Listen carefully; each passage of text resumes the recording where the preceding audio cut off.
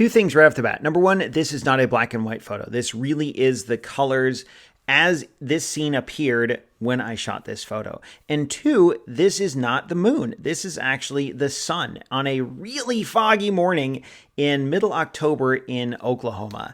I was outside playing with my kids. My wife was inside getting some research done for her job. My kids were on fall break from school, and I took the day off. I was at home, and we didn't really know how foggy it was. I think one of my kids might have remarked in the morning like, wow, Dad, look at all the fog. But I don't think we understood until we got outside. You could barely see across the street. And my son rode his bike around in the fog just to get a sense of how foggy it was. And he came back and his hair was like wet. It was crazy. And at one point, one of my kids said, "You can see the sun, Dad."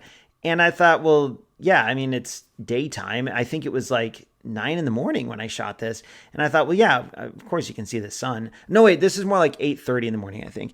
The sun is up. But I hadn't really looked up in the sky. And then, so I turned and looked up to where he was pointing, and you could literally see the sun through the clouds. Like, you could just stare directly at it.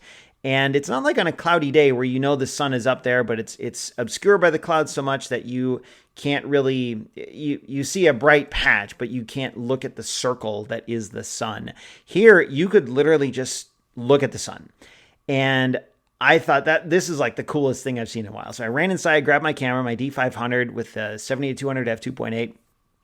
And it's not the most telephoto lens, but it works great in a lot of different situations. I thought it'd work well here.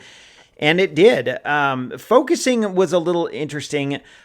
What I'm looking at here is I'm looking through a pine tree or through the branches of a pine tree in my front yard, but I couldn't focus like this. I had to run off to the side, use back button focus. So I focused my camera and then ran back to this position. And having already focused, I only needed to press the shutter button. So that meant as long as I didn't like move back and forth too much, the focus would remain on the sun. And I think I would have had to move back and forth dramatically to alter the actual focus on the sun. And that's what got me the shot here. What's interesting, though, is the aperture at which I shot this. So the first photos, a couple photos I shot at f2.8, and it did not work. The sun was sharp in focus, but the foreground was super blurry. Like it was just this mess. You couldn't really tell what was going on at all. So I shot some at f22, which is a really small aperture, and the foreground was too clear. It didn't, I don't know, it just, everything was in focus, so it didn't look right.